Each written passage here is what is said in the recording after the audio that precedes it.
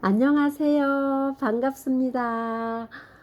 오늘도 한낮의 햇볕은 무척 뜨거운데요. 소나기가 오려고 그러는지 하늘이 잔뜩 흐렸거든요. 그래서 오늘 일 갔다 와가지고 밖에 나가지 않고 같이 운동하겠다는 우리 파트너, 우리 저기 언니가 잠깐 왜 육지로 출타하는 틈에 제가 다시 이제 이어서 계시록을 공부하고 정리해 보려고 합니다. 오늘은 12장에 이어서 13장, 예, 바다와 땅에서 나오는 짐승 두 마리에 대해서 노트를 해 보려고 합니다. 바다에서도 짐승 한 마리가 나왔고 땅에서도 짐승 한 마리가 나와요. 그래서 바다와 땅에서 나오는 짐승 두 마리. 1절에서 10절까지는 10절까지는 바다에서 나오는 짐승의 모습이 나옵니다. 짐승의 모습과 짐승의 하는 일과 그 다음에 또 짐승이 일할 수 있는 그 타임, 그 기간들을 자세히 말씀해 주고 있거든요. 근데 이 바다에서 나오는 짐승 했는데 짐승은 사람은 아니죠. 비스트니까.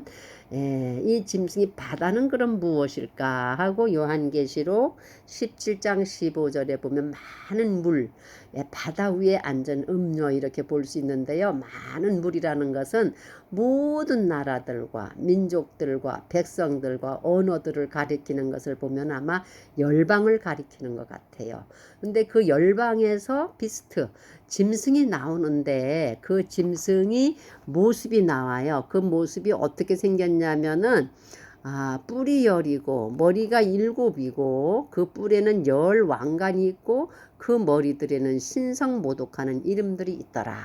신성모독, 하나님을 모독하는 이름들이 있는 걸 보면은 하나님의 쪽이 아니고 또 하나님은 굉장히 인격적이시고 우리 사람들을 창조하신 분인데 이 비스트, 짐승이라는 것은 사람이 되질 못한 거 보니까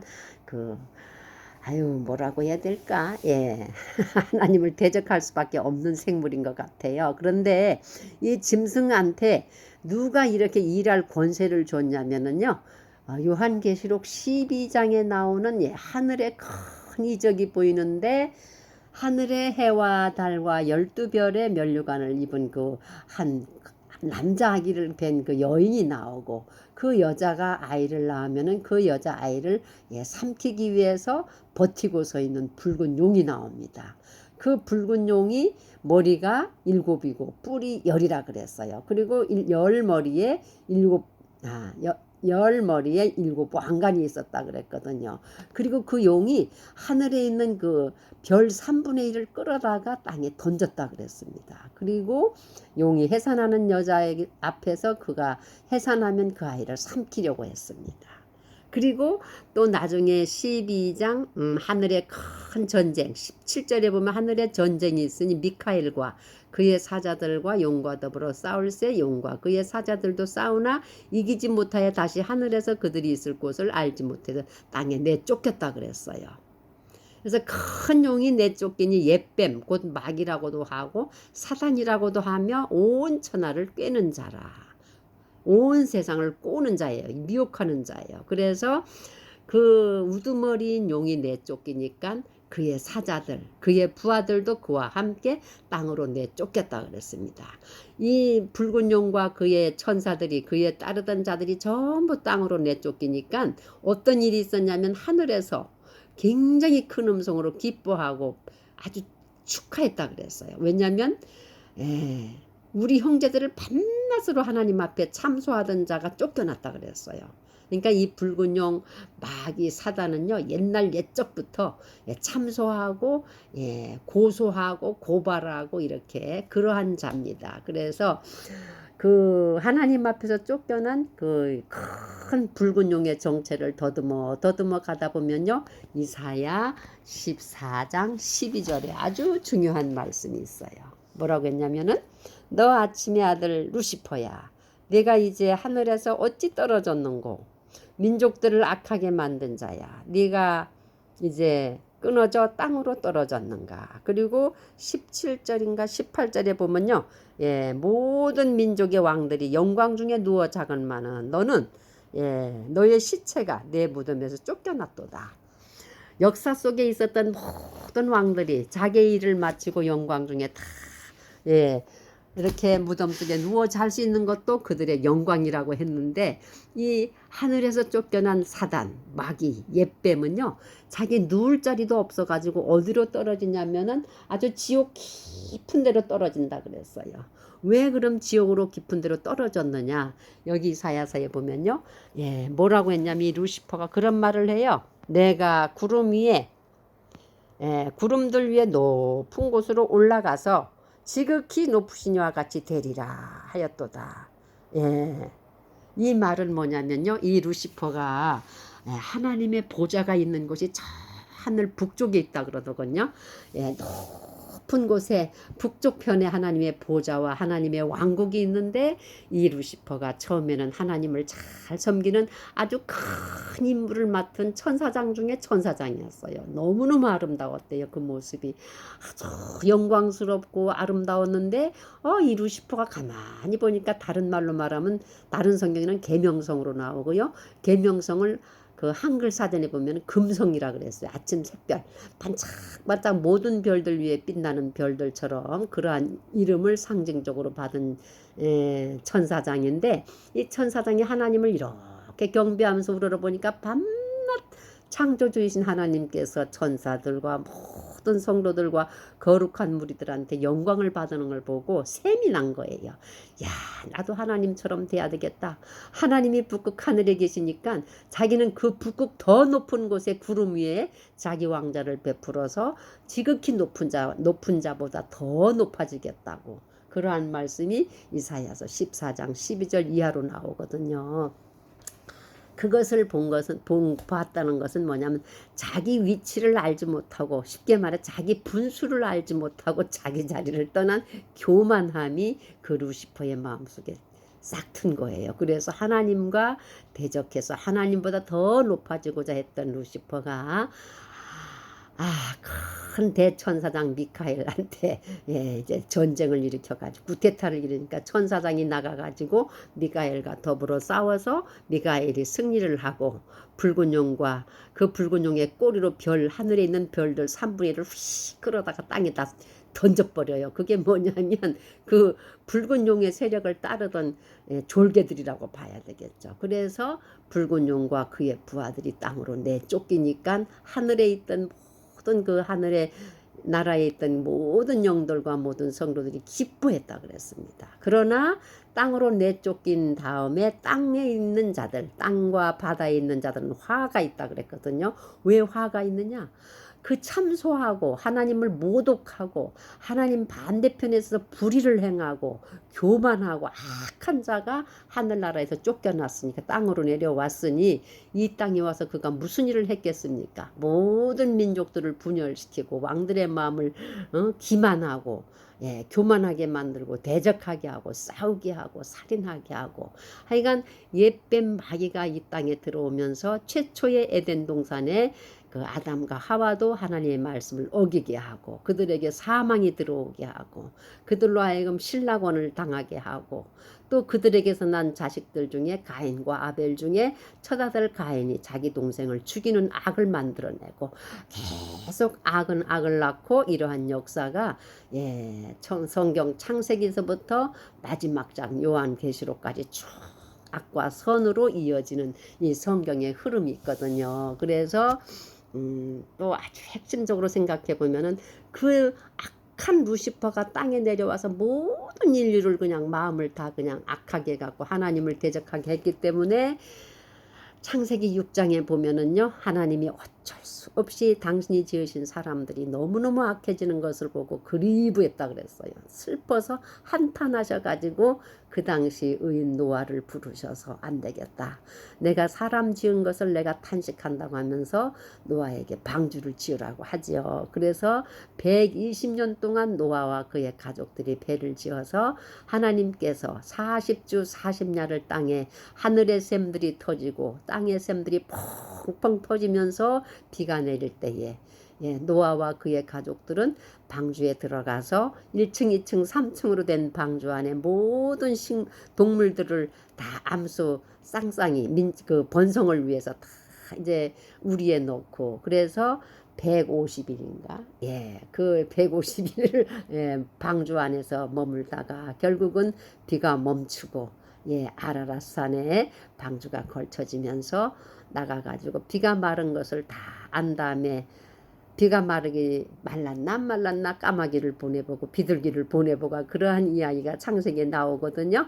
그래서 이 역사 중에 이 세상 역사 중에 한번 하나님께서 인류가 타락하는 것을 보고 어쩔 수 없이 물로 대홍수로서 그랬던 플루드의 대심판한 역사가 우리 역사 속에 있습니다.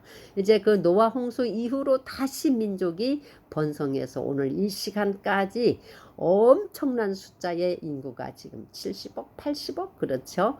그러한 인간들의 이제 인류가 만들어졌는데 이 요한계시록 12장 13절에는 보면요.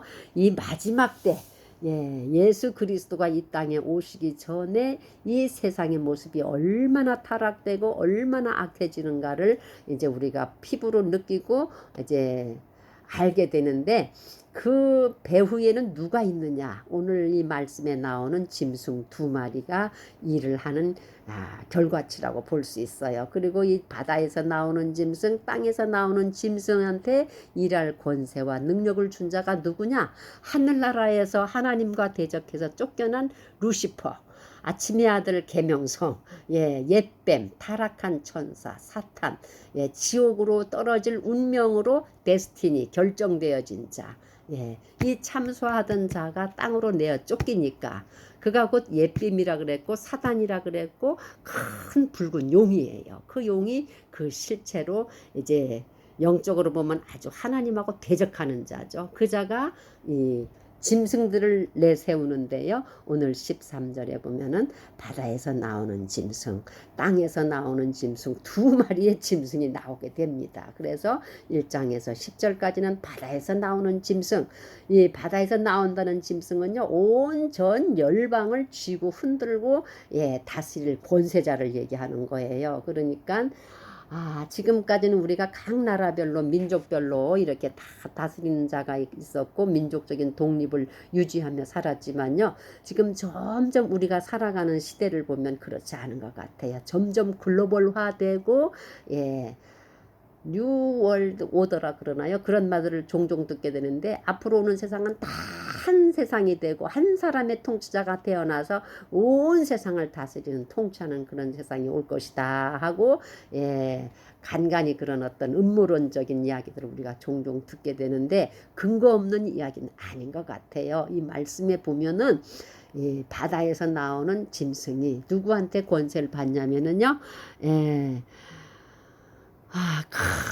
큰 용, 붉은 용으로부터 권세를 받았다 그랬어요. 그리고 이 짐승의 모습은 예, 여기 짐승들로 표현이 되는데 표범과 같고 곰과 같고 그 다음에 사자와 같다 그랬어요.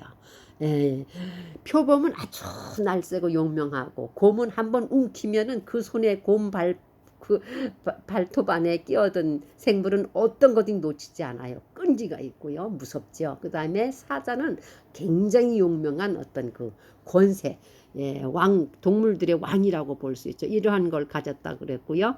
그 다음에 이 짐승의 7머리 이마에는요, 신성모독하는 이름이 쫙 써 있다 그래서 이건 뭐냐면 끝까지 이 짐승은요, 그 사단으로부터 권세를 받은 자이기 때문에 신성모독, 하나님과 하늘나라의 모든 거룩한 성전들과 앞서간 성도들과 이 땅에 남아있는 하나님을 믿는 백성들을 굉장히 모독하고 그 사람들을 핍박하고 예, 잔혹하게 핍박하고 믿음을 빼앗으려는 그러한 일들을 하게 되는 것이 이 바다에서 나오는 짐승이 하는 일이에요. 그리고 이 짐승이 성도들과 싸워서 예, 싸우는데 이 짐승이 이긴다 그랬어요. 예.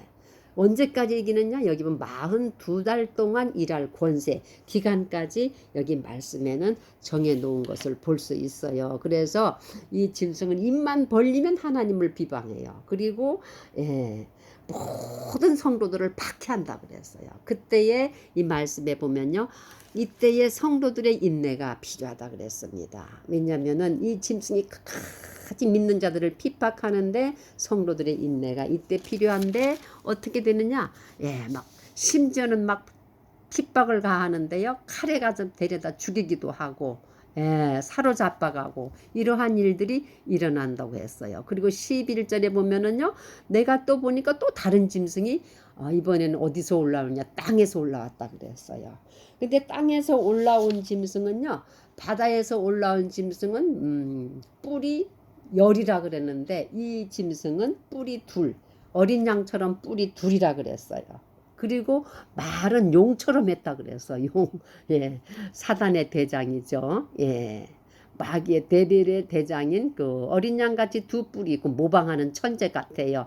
우리 어린 양 예수님 성도들이 예수님 어린 양 예수님 좋아하니까 이 땅에서 올라오는 짐승은요 어린 양처럼 두 뿔이 있고 그 다음에 용처럼 말을 하더라. 이것은 아마 어린 양 예수님을 잘 아는 것 알지만은 그 어린 양을 섬기지 아니하고 용처럼 말을 하는 위선의 말을 하는 자인가 보면은요 여기에는 보면은 그 주석에 보면은 거짓 선지자라고 이렇게 주해가 되어 있더라요. 그걸 있더라고요. 그리고 또 이 땅에서 나오는 짐승도 권세를 받아 가지고요 땅에 사는 모든 자들을 박해하고 신성모독을 해요. 그런데 이 땅에서 나오는 짐승이 하는 일이 있어요. 무슨 일을 하기 위해서 하냐면은요. 그 13장 처음에 나오는 바다에서 나오는 짐승이 그 머리가 7인데 그 7 중에 하나가 큰 상처 페텔 운드라 그러다 아주 죽게 된 상처를 받아가지고 칼에 찔렸는지 죽게 됐다 그랬어요. 그 머리 하나가. 그런데 그 머리 하나가 살아났어요. 이거는 또 예수님의 부활하심을 모방하는 것 같아요. 이 사단이는요 모방을 너무 잘해요. 그러니까 사람들이 이 세상 모든 사람들이 너무 신기해 가지고요 죽게 되었던 상처가 나으니까 온 땅이 놀라서 짐승을 따르고 짐승한테 경배했다 그랬어요. 이야, 이분이야말로 진짜 죽음에서 일어나고 온 세상을 통치할 위대한 지도자다 해갖고요 모든 세상 모든 민족들이 미혹을 받아가지고 이 짐승을 따른다 그랬어요. 그런데 땅에서 나오는 이 두 뿔 달린 짐승은요 말은 용처럼 하니까 사단의 입이에요. 근데 뿔은 예수님처럼 어린 양처럼 두 뿔을 가졌기 때문에 가장한 거죠. 근데 이 땅에서 나온 짐승이 하는 일이 뭐냐면요. 죽게 되었던 그 짐승의 형상, 이미지, 조각을 만들어 가지고 세우고 모든 백성들로 하여금 그 짐승, 바다에서 나온 첫 번째 짐승의 이미지 형상한테 전부 절을 하라 그래요. 우상한테. 그리고 그 우상, 이미지에 뜨는 그 우상이 그 땅에서 나온 짐승이 그에게 생기를 부어주니까 그 짐승의 우상이 말을 한다 그랬어요. 제가 이 말씀을 보다가 무슨 생각이 들었냐면요. 와, 요새 AI 시대, 뭐 챗GPT, 뭐 이루 말할 수 없는 로봇 시대잖아요. 그러니까 분명히 아마도 이러한 로봇 같은 이미지 형상을 세워놓고 그가 말을 하고 막 이적을 베풀고 살아있는 것처럼 움직이면은 아마 모든 사람들이 깜짝 놀라가지고 그에게 절을 하고 경배하는 일이 있을 거예요. 그런데 놀라운 것은요. 13장 16절 17절 18절에 보면 굉장히 중요한 말씀이 있어요. 여기 보면 그가 모든 자 작은 자나 큰 자나 부자나 가난한 자나 자유인이나 종들에게 그 오른손이나 이마에 표를 받게 하고 누구든지 이 표를 가진 자 외에는 매매를 하지 못하게 하니 이 표는 곧 짐승의 이름이나 그 이름의 수라. 지혜가 여기 있으니 총명한 자는 그 짐승의 수를 세어보라. 그것은 사람의 수니 그의 수는 666이니라. 놀라운 말씀이 있죠. 제가 30대 때 이 666이라는 영화, 오맨이라는 영화가 한참 극장가에 돌 때요. 저희 가족이 가서 그 영화를 관람한 적이 있어요. 그 영화에는 보면 아주 지금으로 보면 굉장히 좀 미완성 작품인데 짐승의 수 666이 어떤 어린아이 그 뒷꼭지 거기에 딱 새겨져 있더라고요. 그리고 그가 자라서 지도자가 돼가지고 전 세계를 통치하는 그런 지도자라는 모습으로 적그리스도의 그 상징하는 모습으로 영화가 나왔던 것을 저희가 보고 666 시대가 올 거구나 하고 우리 애들 아빠랑 그 영화를 본 기억이 납니다. 이제 우리 성도들은요, 우리 교회에서는 이러한 말씀들을 잘 하지 않으시죠. 왜냐하면 때와 기한에 대해서 염려되고 또 성도들이 불안해할까봐 함부로 이런 말씀들을 못 하시는데요. 오늘 분명히 요한계시록 13장에는 보면은요, 이 땅에 온 성도들한테 피할 수 없는 시험의 때가 온다 그랬어요. 그 시험의 때가 언제냐? 땅과 바다에서 나오는 짐승이 신성 모독하는 그 이름을 다 자기들이 이마에 붙이고 하나님을 대적하게 하고 하나님 믿는 성도들을 박해하면서 자기들이 그 통치하는 그 세력을 뭐라고 할까 확보하고 꼼짝 못하게 전 세계를 하나의 권세 아래 하나의 체제 아래 넣기 위해서는 통제 시스템으로 들어가는데 그 통제 시스템이 뭐냐?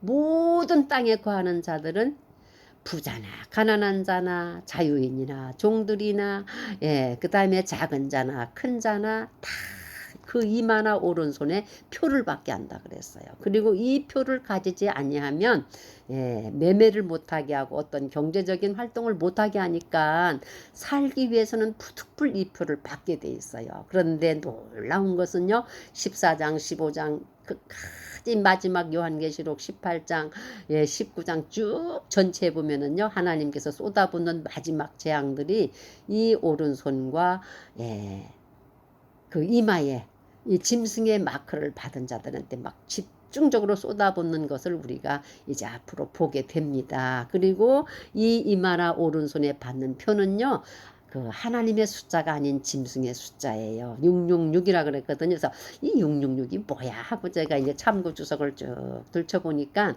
과거에는 뭐 네론이 뭐 티투스니 그 전 세계를 지배했던 그 아주 위대한 인물들 지도자들의 이름의 숫자를 알파벳 그다음에 뭐 히브리인으로 뭐 저기 그 단어 하나하나에 숫자에 써갖고 그 수를 계산해갖고 이름을 이렇게 계산하니까 666이다 이래가지고 네로가 666이다 뭐 안티파스가 666이다 뭐 시저가 그렇다 막 이런 얘기들이 막 있었는데요.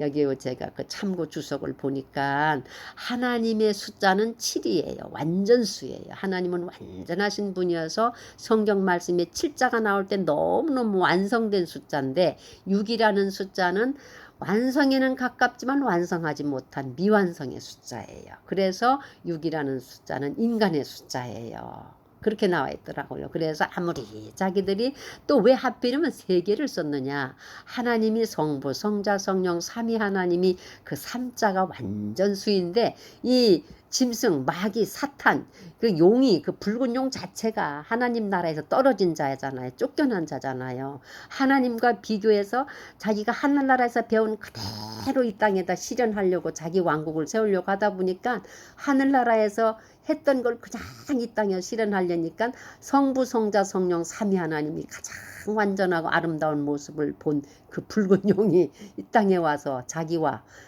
자기 권세를 그러니까 용은 이제 그 하나님 나라에서 비교하면 성부 하나님 격이죠. 그 다음에 짐승 2마리 짐승 거짓 저기 그치 거짓 선지자 그 다음에 비스트 그 다음에 나중에 보면은 사망 권세까지 이렇게 나오는데 그래가지고 이러한 자들한테 그 666이란 수 하늘나라에 가장 완전수인 777에는 못 미치고 짐승이고 미완성인 작품이니까 그래서 666이라는 숫자를 3글자를 썼다 이러한 주석이 있어갖고 그것도 참 일리는 있구나 하는 제가 아침에 그 주석을 좀 본 적이 있거든요. 그래서 지혜가 여기 있으니 총명한 사람 지혜로운 사람은 그 짐승의 수를 세어보라. 그것은 사람의 수니 그의 수는 666이니라. 인간이 아무리 이 땅을 통치하려고 해도요 인간의 한계는 한계가 있고 그 다음에 그 악한 인간 뒤에서 조종하는 자. 예, 비스트라고 여기 땅에서 나오는 비스트, 바다에서 나오는 짐승이라고 하지만 그 짐승이라고 짐승의 모습이 아니고요. 그 짐승의 역할을 하는 어떤 지도자인 것 같아요. 그 지도자가 앞으로 전 세계를 하나의 세계로 만들어 가지고 하나의 정부로 만들어서 하나의 통제 시스템으로 그 이제 만들어 가지고 모든 자를 얽매이게 하고 자기를 신격화시키는 그러한 날들이 우리 앞에 다가오고 있는데요. 요즘 느끼는 일들을 보면 반드시 그러한 날이 가까운 것 같아요. 그래서 오늘 제가 요한계시록 13장을 쭉 읽고 묵상하면서 와, 저는 항상 자녀들한테 너희들 아무리 힘들고 어려워도 어떤 이마에나 오른손에 마크를 받아야 일을 할 수 있다 그러면 그 일을 그냥 내버릴지언정 그걸 받으면 안 된다고 늘 강요를 하고 타이르거든요. 근데 아무도 장담할 수 없어요. 왜냐하면 생사의 기로에서 내가 이러한 마크가 없으면 병원도 의료 서비스도 못 받고 식량도 구입할 수 없고 어떤 교육도 받을 수 없다면은 과연 누가 어떤 사람들이 그러한 시스템을 마다하고 거부할 수 있을런지 그것은 아무도 장담할 수 없습니다. 그러나 여기에 이 계시록 13장에 보면요. 땅과 바다에서 나오는 그 용의 권세를 받은 짐승들이 일할 그 기간이 그렇게 길지가 않아요. 끼익 해봐야 42달. 숫자상으로는 3년 반이거든요. 잠시 잠깐이에요.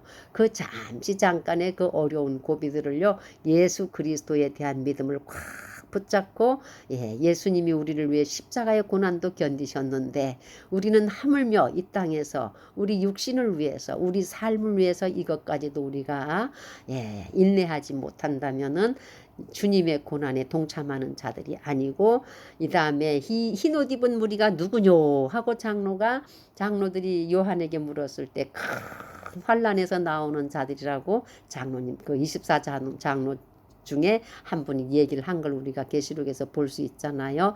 앞으로 이 땅에는요 점점 더 우리가 살기가 편해지고 좋아지는 것만큼 또 어려움과 위험의 때가 오고 있습니다. 그래서 오늘 보면 계시록 13장에는 땅과 바다에서 나오는 두 짐승이 이 땅에 있는 성도들과 하늘에 있는 거룩한 하나님에 대해서 얼마나 신성모독하고 기만하고 악한 일을 저지르는 것을 우리가 이 성경 말씀에서 볼 수 있거든요. 하나님의 말씀은 1.1핵도 변하거나 틀리거나 없어지지 아니하는 불변의 그 스톤 그 십계명을 돌판에 쓰실 때 하나님이 친히 핑거 오브 갓 하나님의 손으로 기록했던 말씀처럼 이 말씀은 영원 불변 하늘나라에도 새겨 있고 이 땅에서도 영원 불변의 진리 말씀이기 때문에 이 말씀을 우리는 붙잡고 그날이 언제가 될지라도 우리는 결코 그 악한 자들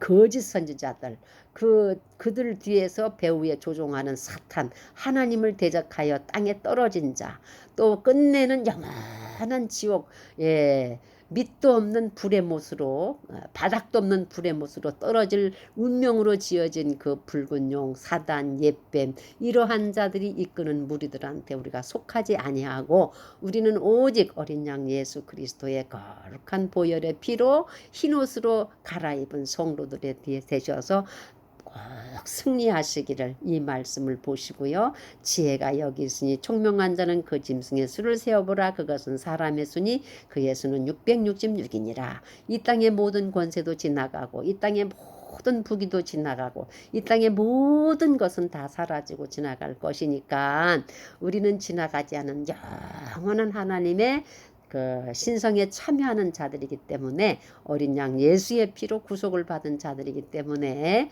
이러한 요한계시록 13장에 나오는 두 마리의 짐승, 두 마리 배후에서 조종하는 붉은 용의 세력, 그 붉은 용은 바로 하나님을 대적했던 사단, 마귀 대적자입니다.